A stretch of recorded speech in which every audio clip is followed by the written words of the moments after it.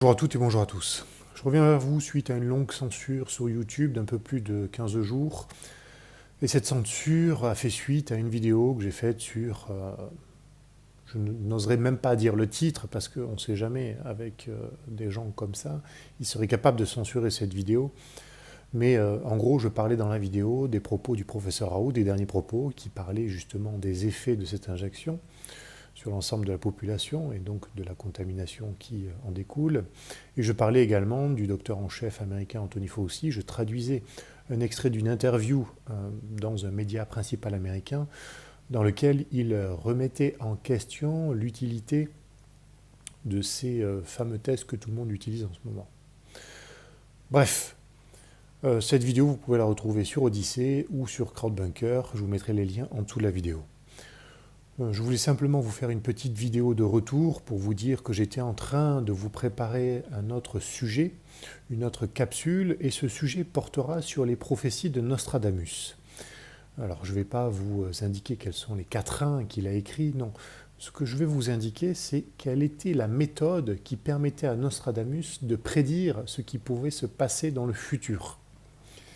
Et ce qui est très important de comprendre, c'est que cette méthode est liée à l'astronomie, ou plus précisément l'astrologie. L'astrologie, c'est-à-dire la position des planètes qui permettent de déterminer quels seront les événements futurs. Alors c'est une connaissance qui a été interdite par l'Église, parce que probablement consciente qu'il ne fallait pas l'utiliser à des fins mercantiles. Malheureusement, des initiés s'en sont emparés et l'ont utilisé depuis fort longtemps maintenant pour gagner beaucoup d'argent et manipuler la majorité des puissants qui sont dans une hiérarchie inférieure par rapport à ceux qui ont créé tous ces systèmes de sociétés discrètes, vous savez. Donc il faut comprendre que tout ceci, tout ce que nous vivons à l'heure actuelle est clairement lié en plus non seulement aux prophéties de Nostradamus, mais également, et c'est là le plus important, aux prophéties de la Bible. Car le texte de la Bible est le texte de la vérité dès l'origine. C'est un texte sacré qui s'appuie lui aussi sur la dimension astronomique, astrologique. Il y a plusieurs références en ce sens dans le texte, et je vous les expliquerai en fin de vidéo, après vous avoir expliqué la méthode de Nostradamus. Simplement pour vous donner un petit élément de compréhension, Nostradamus ne s'est pas fait connaître pour ses qualités de médecin. C'était un médecin à Aix-en-Provence. Non, il s'est fait connaître pour ses qualités de prophète.